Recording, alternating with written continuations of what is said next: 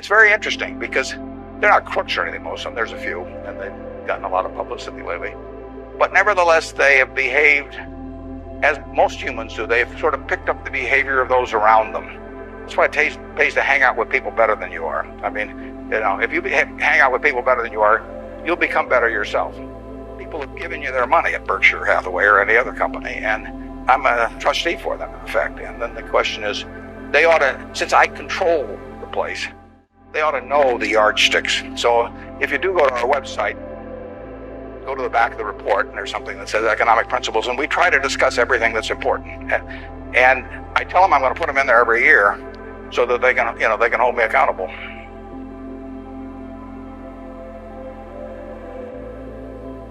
You'll have a hard time finding a person that's had a wonderful experience, a delighted experience in purchasing anything that isn't going to come back.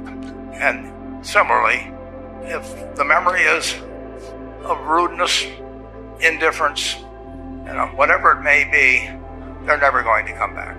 Some managements withhold money that really belongs to their owners because they like building a kingdom. Some of them, do it out of fear or anything like that. I think I'm doing it for a rational reason, and I want to explain that reason, but I tell them how to test me on that too, because I think I should be tested. It's a very important relationship that really has deteriorated over the years, in my view, between management and owners. I mean, you've seen in the last 10 years a slippage, in my view, of the behavior of American CEOs. I mean, obviously, all kinds of exceptions.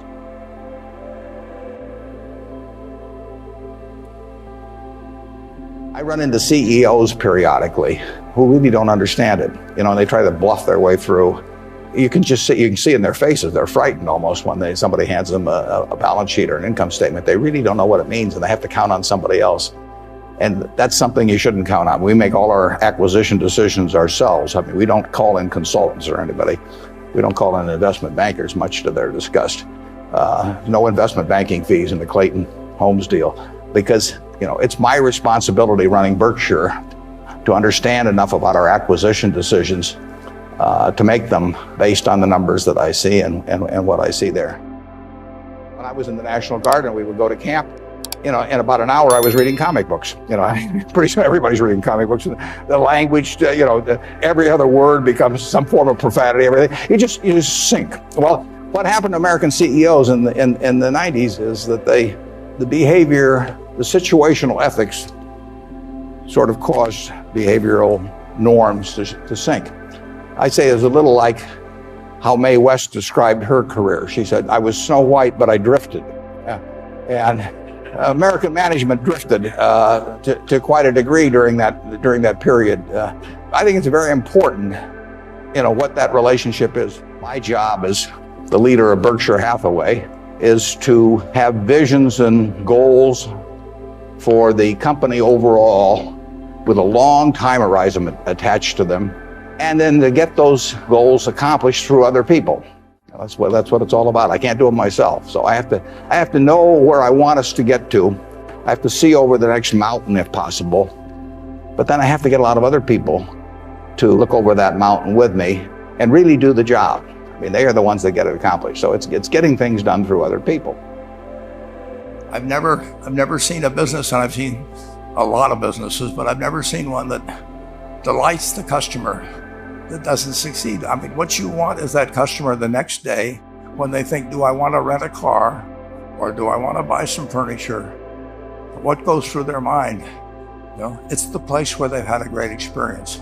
I don't know what I paid for this type. Actually, probably if somebody gave it to me, but for the purposes of the speech, I will say I have no idea, but or the shirt I'm wearing, or this, but I do know, I will remember how I was treated when I bought it. I mean, you long forget about the price, but you never forget whether you had a good experience or a poor experience with the purchase experience.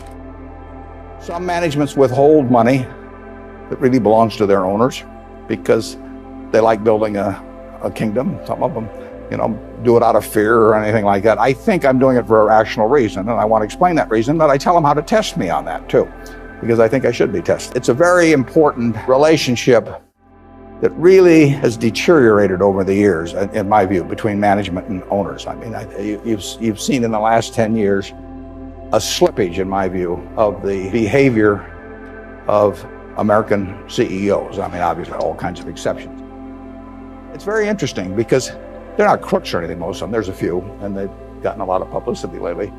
But nevertheless, they have behaved as most humans do. They've sort of picked up the behavior of those around them.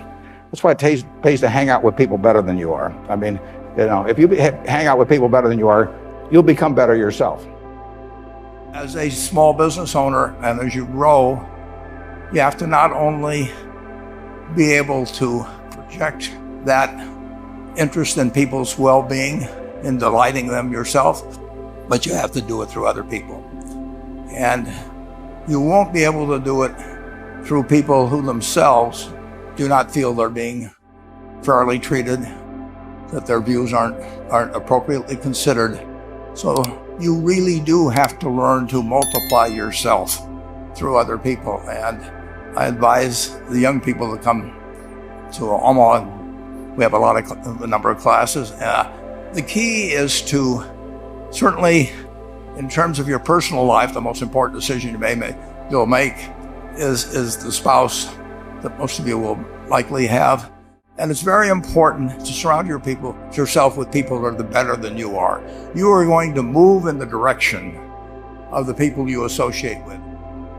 People have given you their money at Berkshire Hathaway or any other company, and I'm a trustee for them, in effect. And then the question is, they ought to, since I control the place, they ought to know the yardsticks. So if you do go to our website, go to the back of the report, and there's something that says economic principles, and we try to discuss everything that's important. And I tell them I'm going to put them in there every year so that they can hold me accountable.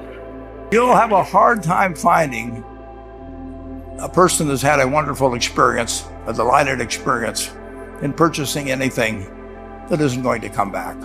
And similarly, if the memory is of rudeness, indifference, whatever it may be, they're never going to come back. The most important thing is really who you associate with. You want to associate with people that are better than you are. I mean, basically, you'll go in the direction of the people that you associate with, and you want to have the right heroes. You want people, if you want to emulate somebody, you better pick very carefully who you want to emulate. And obviously, you can't pick your parents. They're going to have an enormous influence on you, but you don't get a choice on that. But you get choices as you go down the line, and who you want to copy. And the most important for most people in terms of that decision is their spouse. It's also important in terms of a partner in business, but a partner in life is the most important. You want to pick a spouse that's better than you are.